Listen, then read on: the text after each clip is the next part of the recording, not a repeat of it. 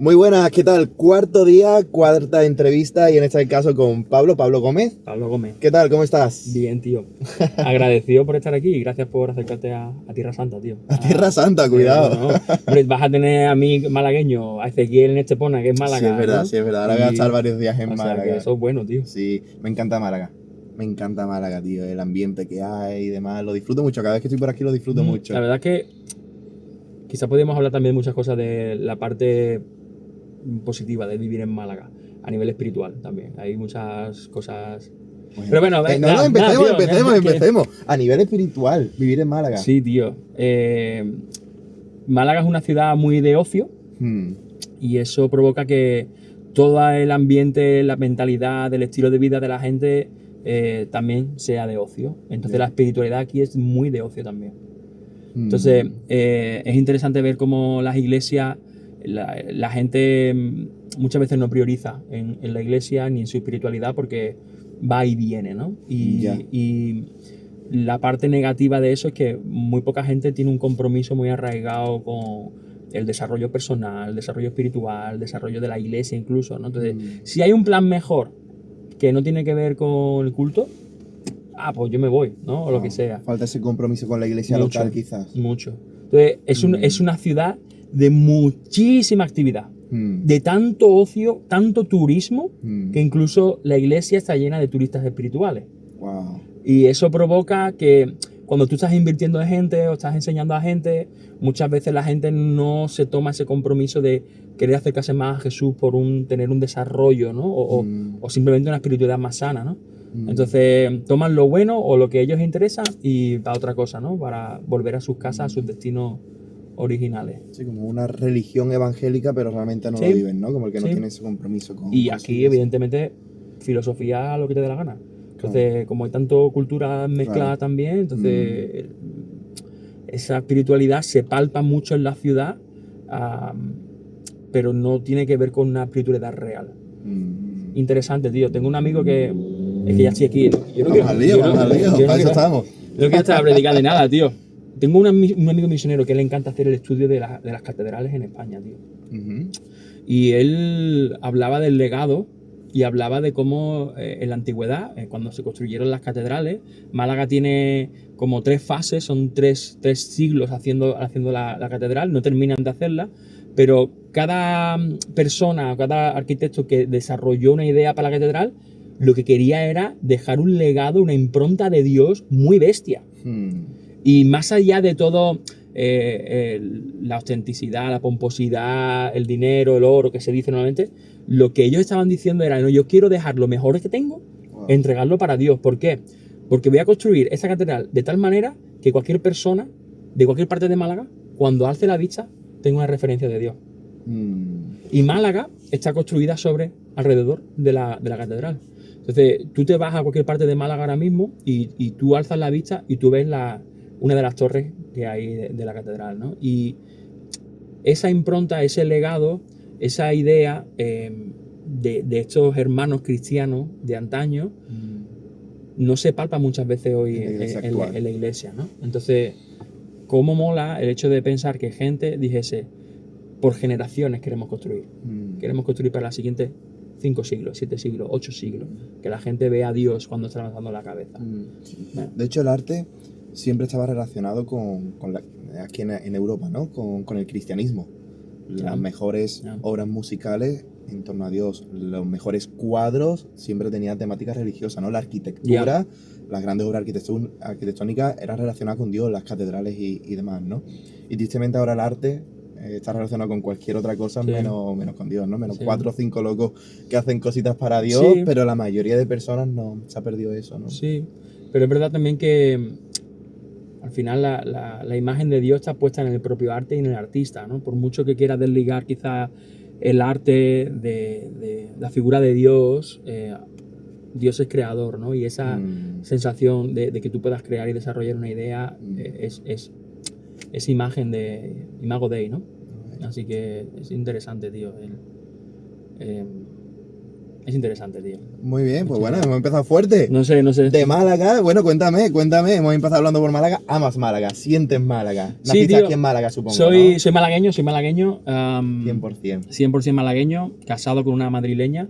Estuve viviendo en Madrid 7 años de mi vida, me fui con 20 años a estudiar allí, entonces me dio la oportunidad de apreciar más Málaga, la verdad, pero también apreciar otras culturas, otros contextos, otras maneras de ser. Entonces, soy de aquí, pero también gracias a Dios me ha dado la oportunidad de conocer un montón de gente y viajar mucho. ¿Cómo conociste al Señor?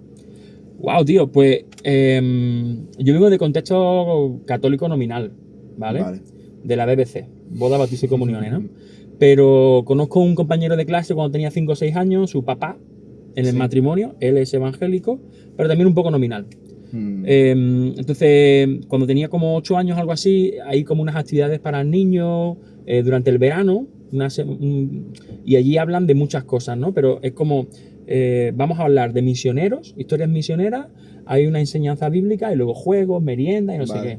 Entonces, me pareció interesante, tío, cuando escuchaba las historias de los misioneros, cómo Dios obraba en la vida de estos hombres y mujeres en una manera sobrenatural. Y yo recuerdo tener 8 años y decir, wow. Y te marcó, ¿no? Decir, wow, si es que yo quiero experimentar a Dios así, ¿sabes? Entonces, eso ocurrió durante varios años. Yo estaba yendo a la iglesia solamente para ese momento, ¿no? Para esa semana. Y recuerdo cuando tenía 12 años que me invitaron a un campamento aquí en Málaga, en Antequera, en Manantiales de Vida, y hablaron de Jesús, hablaron de la cruz, hablaron de la resurrección. Y eso me marcó muchísimo, tío. Nunca antes me habían hablado de la resurrección y de cómo eso nos había dado paso a conocer, a tener la cercanía, ¿no? Con Dios. Y yo, levantaron la mano, ¿quién quiere? Y yo levanté la mano, yo quiero esto, ¿no? Yo fui la primera persona que se convirtió en mi casa. Mis padres no creían o tenían esa concepción de Dios bastante lejana. Pero con de 12 a 16 años, Dios estuvo moldeando mucho mi carácter y eso también marcó una diferencia en mi familia. Mi madre empezó a asistir a la iglesia también y yo empecé a ir cada domingo y con esta familia.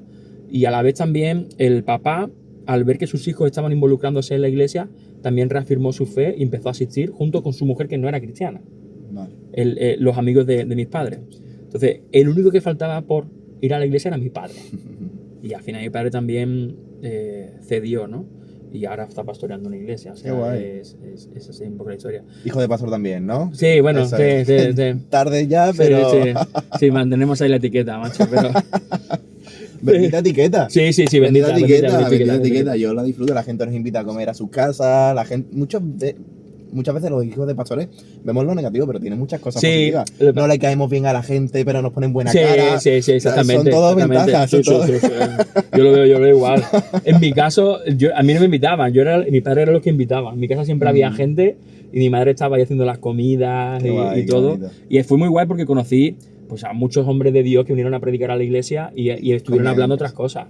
Eso también me dio oportunidad de hablar con uno de ellos que me dio una beca para irme al seminario y estudiar a Madrid. Wow. O sea, yo vi la mano de Dios en varios momentos de mi vida que fueron puertas. En un momento en el que también estaba, no sé qué hacer con mi vida, los estudios no me van bien, no encuentro mi espacio en Málaga. Pero es interesante, tío. Yo conozco a Jesús en un contexto muy conservador de la iglesia evangélica, una asamblea de hermanos, ¿no? Además, en una asamblea de hermanos muy particular porque lo único que había como iglesia era la reunión de oración y el domingo el culto.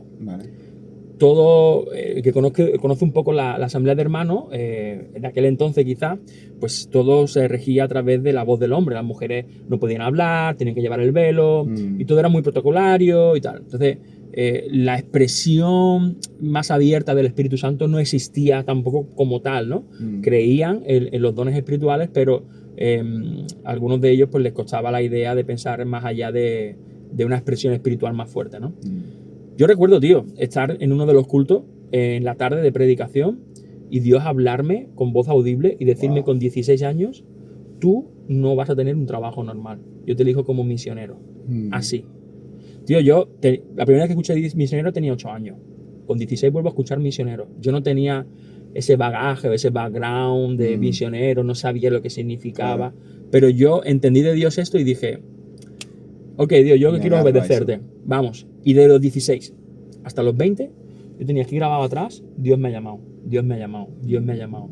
Y en medio de todo eso, conozco a misioneros que invirtieron en mí, que me ayudaron a desarrollar una visión del cristianismo más allá de asistir a una iglesia, de vivir misionalmente, etcétera. Y cuando yo tengo 20 años, tío, y estoy que no sé qué hacer con mi vida, Dios me dice, yo te he llamado. ¿Te acuerdas que...? Y yo, ya, Señor, pero ¿cómo va a ser esto, ¿no? ¿Cómo es esto?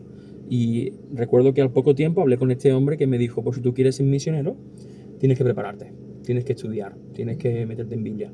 Y fue el que me dio la beca para irme a Madrid a estudiar. ¿Y estudiaste el seminario durante 4 años? 2 años, hice 2 años. 2 años en Madrid. También hubo algunas historias que no me ayudaron a terminar los estudios dentro del seminario, pero sí me quedé en Madrid porque la iglesia me acogió. Muy rápido me ayudaron a descubrir dones que luego me dieron una plataforma para desarrollarlo. Todo muy ligado en el liderazgo juvenil y la pasión hacia los jóvenes que creo que Dios también me ha dado esa gracia, ¿no? Entre las nuevas generaciones. Y ahí como que encajé muy rápido y tuve al final, en vez de 2, pues 5 años más, ¿no? Tuve 7 años en total viviendo en Madrid y con la iglesia, que aún considero, ¿no? En muchos sentidos como familia, iglesia, y cuando voy y vuelvo, pues la gente, pues hay un cariño muy, muy interesante. Se conoce también muy rápido, tío, porque mi mujer, sus padres van a esta iglesia. Vale. Pero yo no la conozco en esta iglesia. No, ella es de Madrid. Conoces a tus suegros antes que a y a los hermanos antes que a mi mujer. De hecho, yo conozco a la familia sin saber que ella existía. Yo pensé que la familia pues eran ellos, ¿no? Ellos dos y ya está. Pero yo vuelvo a Málaga después de estar 7 años y ese año deciden hacer un campamento, un retiro de iglesia, yo voy y ella está. Entonces yo la veo que no habla con nadie, que está sola y yo me acerco. Ayudarla un poco, ¿no? Para que socialice. Sí, tío, yo decía, los jóvenes estamos aquí, yo sin ningún interés de nada, ¿eh? Cuando yo hablo con ella, tal, tenemos una conversación muy rápida, yo dije, esta tipa, en mi vida estaría yo con esta tipa, ¿sabes? Porque ella estudiaba ciencias del mar. Ella sabe esto, lo sabe, sí. Además que es muy gracioso. Si no corto. No, pero es muy gracioso, tío, porque yo me acerco a hablar con ella porque estaba muy sola, la verdad. Pero ella está estudiando en Cádiz en ese momento, está estudiando ciencias del mar. Y claro, cuando yo vivía en Madrid y ella en Cádiz, en vacaciones y en Navidad, cada uno iba a ver a su familia y nunca nos encontrábamos. Eso no coincidía ahí. Nunca. Y cuando nos vemos allí, hablamos, ella me dice, yo estudio ciencias del mar, vivo en Cádiz, no sé qué, mi pasión es irme a mar adentro a estudiar focas marinas y no sé qué. Yo soy el foca monje que al final se quedó. Pero yo pensando eso, escuchándole, dije, no, yo quiero ser misionero, o sea, yo tengo un estilo de vida aquí, yo sé lo que quiero hacer, yo sería la típica... No había ningún interés, pero ya esa conversación... Cerró todas las puertas, ¿no? Entonces, cuando al tiempo pues empezamos a hablar y vimos que todo genial, pues nos casamos y somos padres de 2 niños impresionantes, tenemos que volver a Madrid, volvemos a esta iglesia, ¿no? Y la gente que ha invertido en nosotros, que tenemos, pues nos tiene ahora... Hay un vínculo, hay algo ahí, tío. Muy guay, muy guay. ¿Y cómo empiezas a servir? ¿En qué momento empiezas a servir? Yo me di cuenta de... Esta iglesia de Madrid me da la oportunidad de conocer mis dones y me pone ya al ajo, ¿no? A servir. Y me di cuenta de que mi carácter, mi forma de ser ayuda mucho a integrar a unos, a escuchar a otros y nace en mí esa oportunidad de acompañar a gente, ¿no? De escucharlos. Y dije, ostras, esto tiene que ver con algo muy pastoral, aunque no me considero pastor 100%, pero lo que más me gustaba era traer la palabra de Dios contextualizada y ayudar a la gente a poner principios en su vida. Y esto lo estaba haciendo desde el principio, ¿no? En Madrid. Y esta iglesia es muy activa, y hay mucho espacio para que la gente sirva, incluyendo los jóvenes. Entonces yo estaba en la alabanza, estaba sirviendo como líder de jóvenes con otra gente, cuando tenía que predicar, predicaba, y los eventos que había, cena de enamorados, no sé qué, yo me sentía muy relajo, porque también al estar viviendo solo en Madrid, era como mi familia, ¿no? Yo gastaba mucho tiempo ahí, pero fui descubriendo que el servir, el ayudar, el usar mis herramientas, mis recursos, me encantaba. Entonces, Madrid fue como mi plataforma de despegue para luego darme cuenta de cómo Dios iba afinando ese llamado, lo iba poniendo cada vez más concreto y más cercano. Hasta que con 30 años Dios me dice ya, bueno, ¿cuándo vamos al tiempo completo? ¿Cómo vamos a hacer, no? Y otro proceso ahí interesante, tío. Cuenta. No, yo vuelvo a Málaga, un poco con la idea de ponerme a estudiar magisterio. Me encantan los niños y había estudiado educación física del ciclo superior, entonces para mí era un salto natural. Y digo, bueno, de esta manera pues consigo recursos, vivo, tal, las tardes libres, en Andalucía, tú sabes que aquí los profesores viven en otra liga. Muy bien. Y estaba muy contento con esa idea. Ajá. Pero Dios me dice, ¿cuánto tiempo más tengo que estar esperando? Tengo un llamado, tengo unos planes. Y yo, ya, Señor, pero ¿cómo voy a sostener a mi gente? ¿Cómo voy? Déjame, ¿no? Yo no te he demostrado en estos tiempos de Madrid que yo estaba contigo, que te he enseñado cosas. Yo tengo anécdotas de estar en Madrid, tío, de no tener dinero y al día siguiente tener en mi... Y sin decirle a nadie, en mi buzón, el dinero que tenía para pagar el alquiler el día siguiente. Y de repente de no tener ni un duro y no tener incluso comida y llamarme una persona de la iglesia y decir, oye Pablo, que Dios me ha dicho esto. Entonces, ver la mano de Dios a través de otras personas, ¿no? Lo que yo escuchaba de esos misioneros o historias de otras personas, empecé a vivirlo yo, tío. Me di cuenta de que Dios no solamente era real, sino que se preocupaba por mí a cualquier nivel. Y eso me dio el impulso para decir, ok, voy a lanzarme. Hice una formación con Ágape. Empecé trabajando con ellos, con Atletas en Acción, y necesitaba levantar como 1.200 euros en 3 meses. Lo conseguí en un mes. Wow. Y a la gente que llamaba, que daba y le explicaba, dice, sí, es que lo creemos porque te hemos visto. Vemos tu pasión, tu convicción y tu llamado. Entonces era como algo real. Y eso fue como Dios fue respaldando y confirmando la oportunidad de estar sirviendo. Así que ha sido un proceso, tío, y sigue siendo un proceso el tema de servir, de afinar, como de entender más los tiempos que Dios está marcando para poder ser más útil.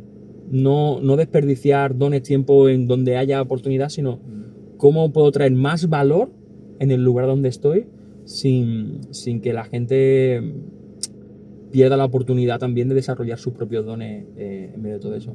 No sé si tiene mucho sentido lo que acabo de decir, pero... 100%. Entonces, eres la primera persona de las 4 personas que he entrevistado que actualmente no eres pastor, pero durante un tiempo has sido pastor. ¿Cómo fue ese tiempo pastoreando? Cuéntame un poco. Bien. La iglesia. Estás pastoreando varias iglesias, si no me equivoco. Estuve apoyando a una iglesia cuando empezamos a vivir aquí en Málaga, Noemi y yo. Más bien ayudando, era parte del consejo pastoral y desarrollando, pero llegó un momento que Dios también nos anima a plantar iglesias. Entonces fuimos a plantar una iglesia en Málaga y hemos estado haciéndola hasta el pasado junio del 24. Al principio fue una idea muy clara de lo que queríamos, muy relacional, pensando en nuevas generaciones, muy de discipulado personal.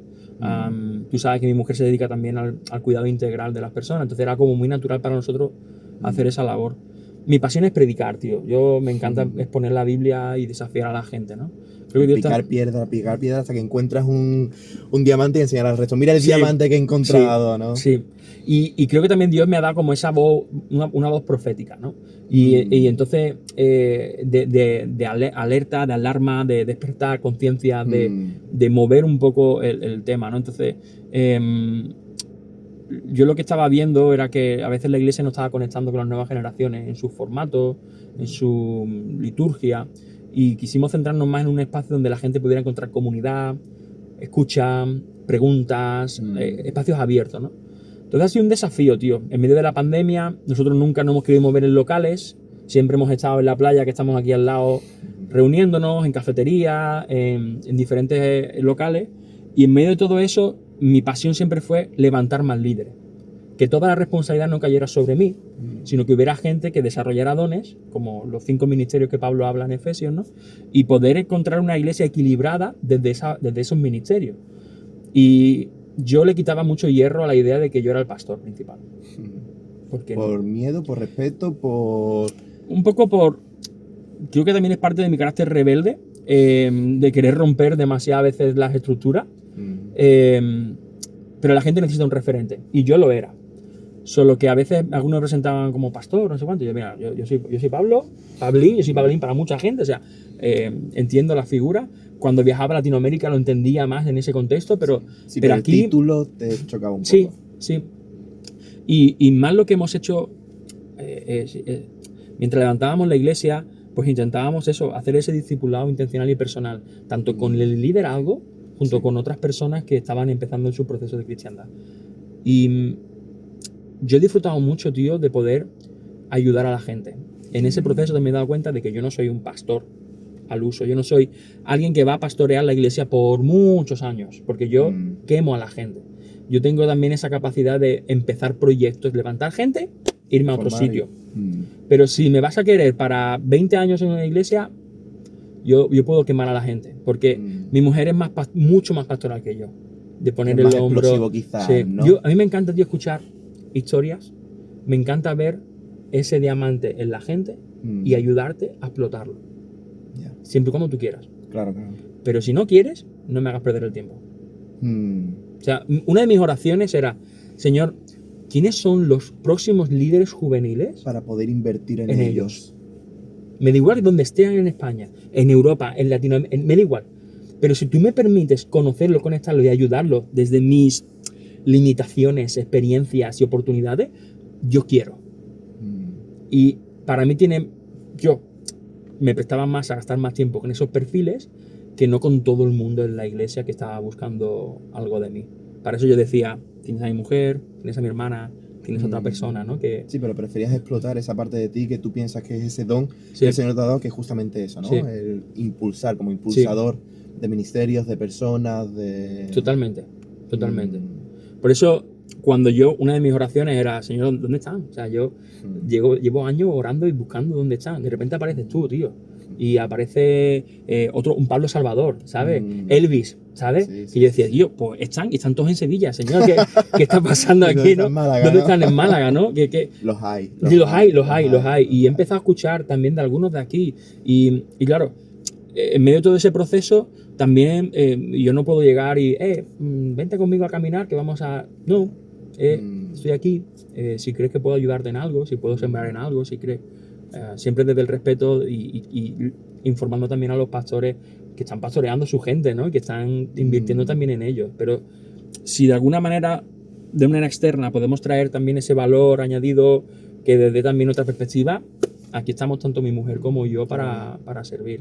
Bueno. Eso es lo que más nos gusta, discipular, acompañar a gente en sus procesos y ayudarlos en la manera que puedan. Me gustaría hablar contigo de un tema que ya ha sido vulnerable antes y no me lo has comentado y demás. Si quieres no entramos mucho, pero los ministerios, los pastores, muchas veces pasan por ese proceso en el que se queman, ¿no? El burnout. ¿Tú has pasado por algo parecido? Sí. No, así, burnout, ni parecido. El tirón. Quiero que me comentes qué has aprendido en este proceso, si has aprendido algo. ¿Qué le puedes decir a alguien que quizás se encuentra en esa situación, quizás preventivo? O quizás que ya está en la situación. Quiero que me abras porque creo que muy pocos pastores son capaces de abrirse como tú lo has hecho conmigo. Y creo que puedes bendecir a muchas personas dentro de tu proceso. Ayer estaba hablando con Antonio y me hablaba de los miedos, ¿no? Que él pasó un momento de miedo a fallarle a la gente, a fracasar. Y todo eso lo convirtió en un libro, que ahora ha sacado un libro. Pero quiero que ahora, no que me saques un libro ahora, ¿no? Pero que esas enseñanzas que ha ido aprendiendo en el proceso, si pudieras plasmarla de alguna forma, o a lo mejor no, a lo mejor simplemente Josué, sigo en el proceso y sigo viendo a ver cómo lo soluciones, ¿no? Pero... Y sigo en el proceso, tío. La verdad que yo sé que Dios no ha terminado conmigo en ese proceso. No te puedo decir que estoy al 100% porque estoy agradecido por todo lo que estoy viviendo, pero es verdad que todavía me siento fuera de juego. O sea, yo al final, para que poner un poco de contexto, yo me he pasado los últimos 12 años de mi vida trabajando en el ministerio a tiempo completo, como se conoce, predicando en muchísimos lugares y sintiéndome en mi salsa, ¿sabes? Yo sintiéndome lleno y como, esto es lo mío, ¿no? Ya he llegado, ya estoy y tal, y con muchas oportunidades de seguir aprendiendo, conociendo gente increíble y tal. Y de repente, nada. Y para mí lo interesante era... hace 4 años casi, yo tengo un tiempo de oración intencional con Dios y lo suelo tener, pero en aquel momento me dice, en 3 años viene un tiempo de cambio. Y yo, ok. Pues al mes siguiente empiezo a recibir ofertas ministeriales para ocupar roles que yo, como te he dicho antes, pues, o sea, tío, pues yo jamás pensaba que pudieran pensar en mí para tomar esos cambio. Cargos, Sí, exactamente. Y según va pasando el tiempo, no solamente uno, dos, llegué a tener hasta 8 ofertas Wow. de diferentes ministerios. Justo a los 3 años. No, durante ese Durante periodo. esos 3 años. Exactamente. Entonces, claro, yo aviso a la iglesia, chicos, esto es serio, viene un cambio, Dios me lo ha dicho y aquí están las confirmaciones, ¿no? Por eso empezamos también a preparar un poco a la iglesia en esa transición. Y creo también que era parte de Dios el que yo saliera por no seguir quemándome a mí ni a mi mujer, que también está en su propio proceso, pero también a la iglesia que yo creo que ahora, pues Aarón también está llevándolo a otro nivel, ¿no? Que también creo que era necesario. Ese quemazón viene, tío, por muchos motivos. Uno, porque el ministerio demanda mucho del ministerio. A veces pensamos que tenemos que seguir en la cresta de la ola por el miedo a que no nos vuelvan a llamar, a que no podamos estar en la pompa, a que venga otro y hay mucha comparación. Muchas veces, al final nos dejan de ser sentimientos muy egoístas, ¿no? Y Dios tiene que trabajar mucho con eso. Yo te decía antes, y para mí era un descubrimiento, no tan descubrimiento, pero sí como que tienes que darte cuenta ya, Guillo, que mucho de mi identidad estaba puesta en lo que yo hacía en el ministerio, ¿no? Entonces, mi alter ego, Pablín, era el pastor, ¿no? El líder, el que predicaba, el que la gente, la influencia, no sé cuánto, para arriba y abajo. Y Dios tiene que destruir ese ídolo para poder construir una identidad más basada en Jesús, Hijo de Dios. hijo de Dios, hijo de Dios. Por eso cuando la gente, ¿y tú quién eres? Yo soy Pablo. Soy Pablo, soy esposo, soy padre, soy hijo y soy hijo de Dios. Y estoy disfrutando muchísimo de este tiempo porque Dios está revelándose delante de mí en una manera que antes quizá no le dejaba hacerlo, como Pablo cuando va a Damasco, ¿no? Sí. Él cree que está haciendo la voluntad de Dios, pero Jesús tiene que decirle, no tienes ni idea, chaval, no tienes ni idea de qué es lo que estás haciendo. Y tuvo que cegarlo para poder ver. En este sentido es un poco el proceso que yo creo que Dios también está haciendo conmigo. Cuando Él me dice para y escucha, yo aprendo que Él sigue siendo el que sostiene. Con trabajo, sin trabajo, con dinero, sin dinero, Él provee siempre, se va a Jireh. Pero luego me está dando la oportunidad, como te decía, de disfrutar de mi familia a unos niveles que antes no podía. De tener conversaciones muy profundas con mi hijo de 10 años que quiero y deseo invertir en él para que él tenga la oportunidad de conocer a Jesús a otro nivel más que yo, ¿sabes? Acabamos de ser padre otra vez de Luca, ¿no? Entonces, todas estas cosas son un regalazo de Dios que a mí me hace disfrutar, pero sí que he descubierto que necesitamos estar acompañados por terceras personas que nos guíen, que nos sostengan, que nos ayuden, que nos escuchen, que nos den un tirón de oreja. Siempre lo hemos tenido, siempre lo tenemos. A veces estas personas pueden estar o no pueden estar en momentos clave, pero es importante que nosotros podamos pedir ayuda, porque la Biblia está llena de momentos en los que se nos incita a ser guerreros de fe, a luchar. Sabemos que hay una batalla espiritual por nosotros, que desean nuestra muerte, que desaparezcamos completamente. Y en esos momentos de guerra, donde hay una guerra de verdad, el soldado, como te decía, siempre está con un ejército, tío. El soldado no va solo a la batalla. Entonces, tener a gente... Algo que el psicólogo cristiano con el que estaba viendo me ayudó también a ver era cómo estás llenando tu piscina. ¿Se ha convertido en un estanque donde el agua solamente circula en eso? ¿O está siendo un riachuelo donde se nutre para tú poder dar? Y eso me ayudó muchas veces porque el ministerio te da la oportunidad de predicar y de exponer y de estar, pero a veces de no pasar tiempo de calidad buscando la presencia de Dios. Porque tenemos que estar dando. Y llenamos la agenda de compromisos que queda con no sé quién, de bajar a no sé dónde, tengo no sé cuánto, tengo que leerme este libro porque me han dicho que es buenísimo. Estos podcasts, tío, que tienen... Y todo es nutrirte para dar. Pero a veces no era, en mi caso muchas veces no era nutrirme para mí. Entonces, parar, escribir, reflexionar, evaluar cómo estoy, dónde estoy, qué estoy sintiendo, saber decir que no. Es que no sé, tío, el ministerio se vuelve tan profesional que nos convertimos en profesionales de la fe, perdemos de perspectiva que nosotros somos herramientas y que en cualquier momento, como cualquier historia, cualquier persona de la Biblia o de la vida ahora, Dios puede decir, gracias por tu servicio. Hasta aquí. Ahora, vive como hijo de Dios. Que si te voy a reclamar en otro momento, perfecto. Pero disfruta de cada etapa. Porque cada día trae su propio afán. Es interesante, tío. Es interesante. Hace poco descubrí en ese mismo pasaje que decía, cada día trae su propio afán, ¿no? Buscad el reino de Dios y su justicia, porque cada día trae su propio afán. Al final dice, porque cada día tiene su propio mal. Y necesitamos navegar en los males diarios, tío.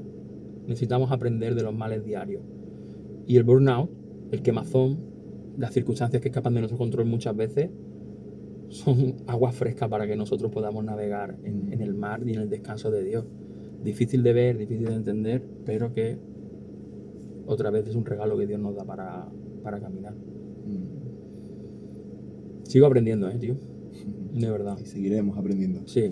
Y seguiremos aprendiendo. Sigo aprendiendo mucho, tío. No, porque yo quiero tener en mi control, en mi humanidad, quiero tener las respuestas, quiero volver a ser ese que yo me sentía en mi salsa. No estoy en mi zona de confort, estoy en una zona de...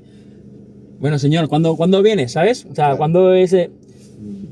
Hace 2 semanas volví a predicar después de 1 año y medio. Wow. Wow. Y no era porque tuviera miedo o no tuviera ofertas. Pero yo tenía que ser honesto conmigo y honesto con la gente. Yo no vengo a entretenerte. Si yo quiero hablar, o Dios me permite la oportunidad de hablar, va a ser algo que Dios quiere que tú escuches porque es palabra de Dios. Y me ayudó mucho también a ver ese proceso de cómo estamos haciendo en la iglesia para a veces entretener a la gente. Y hacemos eventos y actividades y vemos los carteles llenos de personas que a veces son las mismas en todos los lugares. Y que no deja de ser palabra de Dios y que a la gente le inspira. Pero, ¿qué estamos construyendo, tío? ¿Qué tipo de espiritualidad estamos dando? ¿Cómo podemos ayudar a que la gente pueda dar un salto de calidad y no de cantidad para que su fe tenga raíces más profundas? Salmo 1, ¿no? Como un árbol plantado en corrientes que da fruto, tío, a su tiempo. Y a veces en este ritmo tan frenético, donde parece que si no haces un evento y no invitas a no sé quién, la gente puede dormirse o se puede ir a sitios donde no queremos que se marchen, o olvidamos que la gente tiene que aprender a caminar, a caerse, a callar, a buscar a Dios, caminar en el desierto y no tener que darle todas las respuestas todo el tiempo. Y esto lo he aprendido también en este proceso. A decirle a la gente, no lo sé. O, perdóname, pero no quiero hacerlo. O, gracias por contar conmigo, pero no creo que tenga nada para aportarte. Aun cuando yo tenga aquí toda la teoría o 35 prédicas que te dije hace 2 meses. No quiero vender, tío, el evangelio. Ni quiero vender mis dones, ni vender mi llamado. Y eso me ayuda a madurar y a tomar decisiones en pro de mi familia y en pro del propio evangelio. A construir una espiritualidad mucho más sana. ¿De qué predicaste hace 2 semanas? Después de 1 año y medio. Pues tío, fui invitado a... Fueron incluso 15 minutos, ni siquiera fue una prédica, tío. Una palabra. Fui invitado por un evento de los institutos que hacen religión evangélica. Sí. Se juntan en Málaga, aquí en Manantiales de Vida. Vale. Hacen una jornada de convivencia. Y antes de hacer un montón de juegos, pues invitan a alguien a tener 15 minutos. Les hablé de lo que Dios me ha estado hablando todo este tiempo, que es lo que creo que Dios está hablando con voz audible. Él viene. Y hay que estar firmes. Les hablé a los chicos, porque el lema era libertad en Cristo. ¿Qué significa la verdadera libertad en Cristo? Y les desafié a buscar a Dios, a entregar su vida, porque literalmente Él viene. Y que aunque ellos puedan estar pensando en que la vida es larga y que no sabemos la hora, no tenemos ni idea, pero el Padre está buscando gente que esté firme. Esta ha sido una palabra que Dios me ha ido repitiendo desde el verano pasado. Que vengo, qué iglesia me voy a encontrar, qué gente me voy a encontrar. Y le fui muy sincero y le hablé muy claramente de que o estaban con Dios o estaban con el enemigo, pero que no viviesen una dualidad en ningún sentido. ¿Qué iglesia se va a encontrar el Señor cuando venga? Cuéntame, ¿cómo ves la iglesia en España? Que es la pregunta que él se haciendo a todo el mundo. Yeah. ¿Cómo ves la iglesia en España?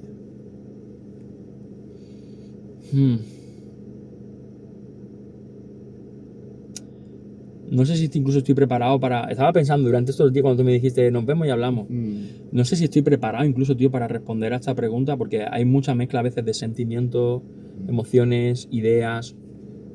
Si me hubieras preguntado quizás hace un año, yo te puedo decir algunas cosas. Porque veo mucha hambre, veo mucha gente muy honesta con el Evangelio en España, con el servicio a la iglesia. Veo mucha gente apasionada por Cristo, por querer compartir el Evangelio para que llegue a la gente y la gente tenga un encuentro real con Dios. Y también veo mucha actividad, tío. Un activismo que no viene de Dios. Y veo muchas veces momentos donde se da mucho énfasis a tendencias que vengan, ¿no? Ya sean que vengan a nivel de la música, a nivel de la prédica, a nivel de la estética, a nivel de formato, lo que sea, ¿no? Porque esto es lo que va a calar, es lo que necesita la gente, es lo que va a ayudar a enganchar a la gente. Y entiendo que son medios que puedan ayudar, pero a veces perdemos demasiado el tiempo en esos medios, tío. Veo a una iglesia que no ora, tío. Que la oración es algo rutinario y que a veces no llega a entender el calado de ese estar en silencio y escuchar. Donde el ayuno tampoco es una gran virtud, ¿no? que tengamos. Y donde intentamos dar a través de cursos, podcasts y cualquier tipo de contenido, a veces respuestas que calman la sed instantánea de la gente, pero que otra vez no va a lo profundo. Que también, y quizá, y me gustaría escucharte también, tío, en esto. La tendencia por todos lados es eso, ¿no? A consumir contenido, ya sea en YouTube, en Spotify o lo que sea. Y la gente ya, el índice de podcast ha subido muchísimo en los últimos 3 años, ¿no? Pero la gente está buscando de verdad, tío. Y creo que como iglesia no estamos gastando el tiempo en pasar tiempo con la gente. Estamos pasando tiempo en gastar, en crear contenido, pero no en pasar tiempo con gente. Y esto es algo que sí me preocupa, tío. El consumismo dentro de la iglesia, ¿no? Sí. Tu padre hablaba el otro día, lo hemos mencionado también antes, el tema de la comunidad, tío. La gente necesita comunidad. Yo he encontrado más comunidad en los compañeros de equipo baloncesto de mi hijo que en la propia iglesia, tío. ¿Crees que quizás por el miedo a ser vulnerables, a qué pensarán? Porque quizás tenemos esa teología dentro de la iglesia del perfeccionismo, de aquí todos tenemos que dar buena cara y como que no nos permitimos abrirnos del todo. Y dentro con los compañeros de tu hijo y demás, pues ahí nadie opina, o sea, te da un poco más igual lo que la gente puede llegar a pensar de ti. Sí, pero la gente también es más honesta, tío. La gente tiene menos prejuicio. Cuando yo dentro de los contextos, en mi trabajo ahora, ¿no? O yo hablo de Jesús y la gente lo acepta y comparte sus ideas aunque no lo entienda, pero a la vez son más honestos con lo que creen y con esa búsqueda. Son más vulnerables en decir que yo pues a mí me gustaría, pero no lo hago por no sé qué. Dentro de la iglesia la gente no... Esa hipocresía dentro de la iglesia, ¿no? Puede ser, pero eso no quita, tío, también te digo, que si yo no hubiera vivido todo ese proceso que he vivido de 10, 12 años sirviendo a Dios y me hubiera puesto a trabajar en ese trabajo, yo no soy la misma persona O sea, yo sé quién soy, la identidad, los dones, las experiencias. Entonces yo lo vuelco ahora en este sitio y sé que soy ese referente, soy esa luz en medio de la oscuridad y hablo y expongo y no tengo miedo y tengo herramientas también que me ayudan, ¿Qué has ¿no? aprendido en este tiempo? Y creo que mucha gente de las iglesias no lo hace porque no tienen la experiencia, el arraigo, las herramientas y esa identidad bien marcada de yo soy la luz en mi panadería. Cuando voy a no sé, yo soy la gente no es misional, a veces por el miedo al rechazo, y otras veces porque no se siente preparado. Entonces, ¿qué tipo de iglesia estamos construyendo? ¿Es una escuela para que la gente vaya, aprenda y salga? ¿O es un lugar donde nos sentimos a gustos, cómodos, como esa burbuja que antes se decía, ¿no? Ay, por fin vamos a la iglesia, ¿no? Y no tengo que estar escuchando palabrotas, no sé cuánto. No sé. Yo veo una iglesia que quiere crecer en números, pero otra vez a veces, y lo siento, tío, porque no quiero sonar crítico a ese nivel. Estamos haciendo un análisis de la iglesia. Pero sí veo gente muy honesta, tío.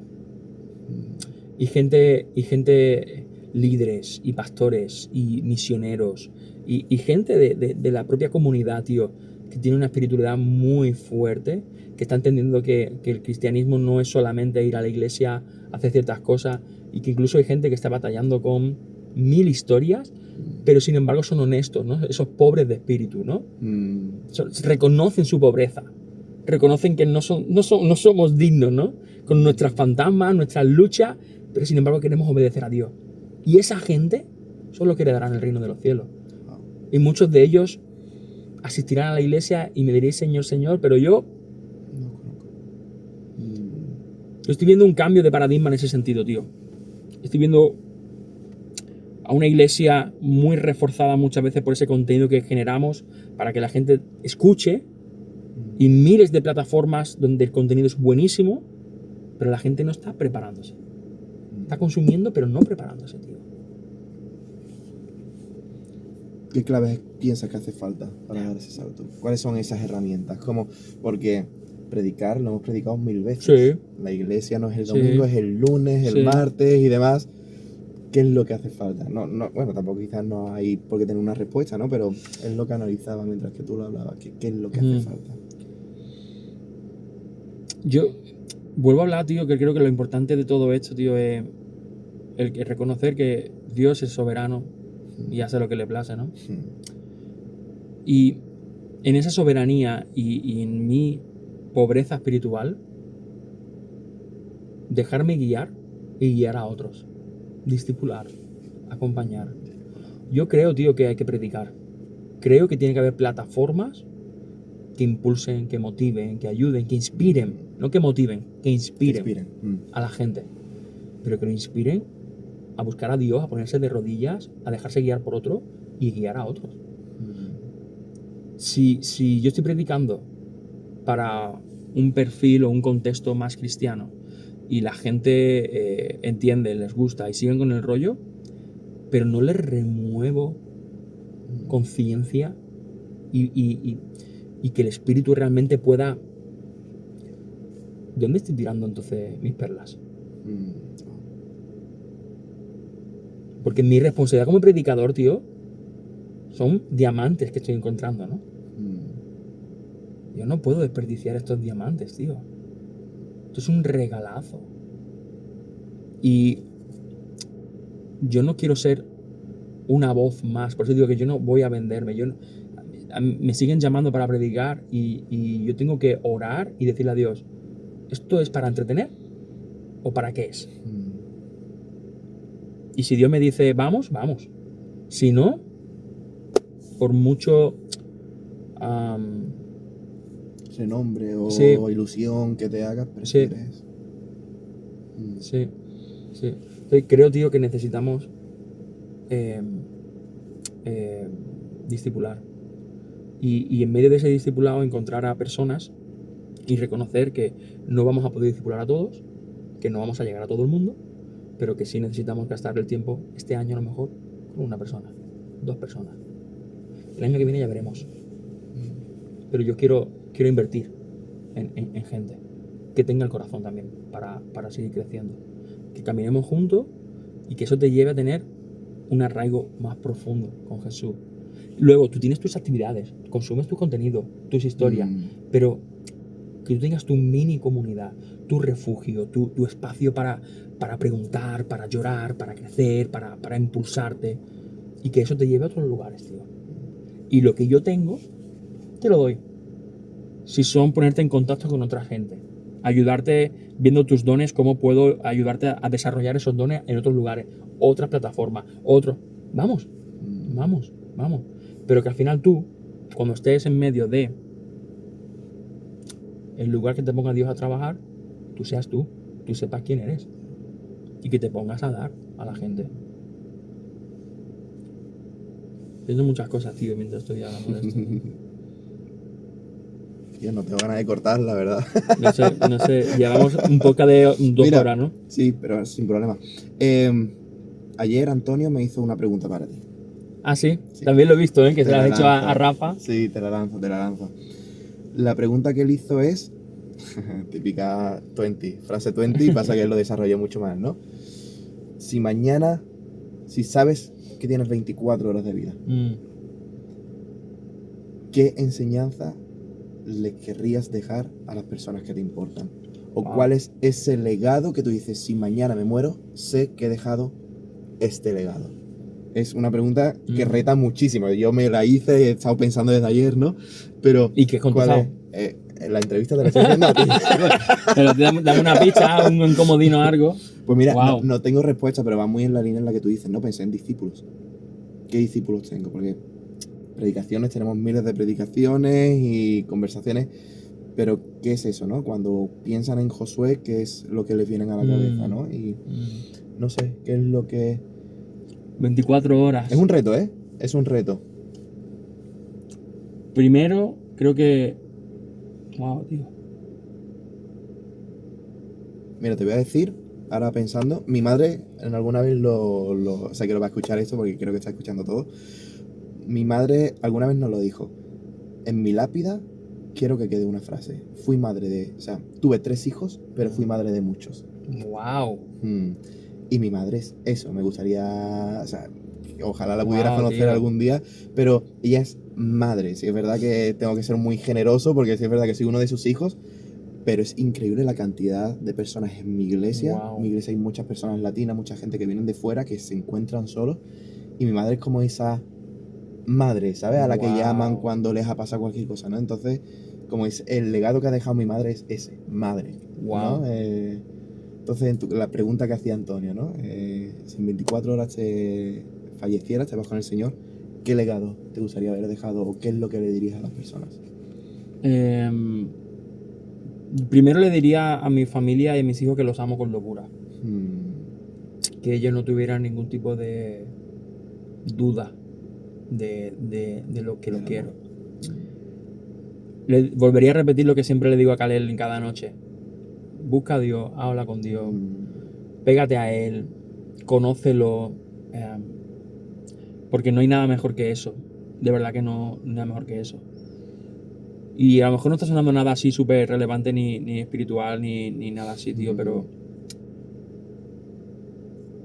al final yo le diría a la gente que buscasen a Dios y que viviesen a Dios, que la vida cristiana es mucho más simple que todo lo que a veces nos hemos montado y que la espiritualidad no se basa en lo bien que tú puedas estar con Dios, sino en ese proceso, ¿no? Como decía psicólogo, ¿no? Que la felicidad es un proceso, no es un fin, ¿no? Pues esto es lo mismo.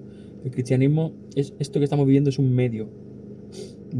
Yo voy a un lugar aún mejor y lo que me encantaría es que la gente estuviera alegre el día de mi muerte, porque han visto en mi vida que he vivido a full la gracia de Dios para poder disfrutar de lo que viene, que es mejor, mucho mejor que esto. Entonces no sé, vienen muchas ideas, que no tengan miedo a la muerte. La muerte es un proceso, es algo más. Es como el nacimiento hacia otro lugar, ¿no? Y sí, tío, pensando un poco en la simpleza del cristianismo, tío, como Jeremías o el propio Pablo, ¿no? Lo que tengo lo doy. ¿Qué necesitáis en estas 24 horas para que yo pueda serviros como la última vez o algo así? Qué guay. Muchas gracias. No, que va, Estás tío. emocionado, me he emocionado. Es que, Tenía ya la lagrimita aquí. que yo me he imaginado, tío. Ajá. Y un reto te voy a poner. Mañana entrevisto a Ezequiel Santos, que creo que lo conoces, es de aquí de Sí. Málaga. Sí. Bueno, creo que es de Estepona, pero sirve aquí en Málaga. ¿Qué pregunta te gustaría que le hiciera? Una, que a ver cuando nos tomamos el café, Ezequiel, ¿sabes? Llevamos diciendo que tomamos un café 1000 años, ¿no? La verdad que no lo tenía pensado, tío, y tenía algo pensado así como la de Antonio que ha hecho, ¿sabes? Wow. Pero no lo sé, a Ezequiel. Bueno, te puedo poner el siguiente reto mientras Vale, que lo vale, piensas. vale, dale. Creo que por ahí, porque pensaba que lo tenía aquí, pero no. Ahí hay algo. Eso es. La tijera. Explícame el evangelio con esa tijera.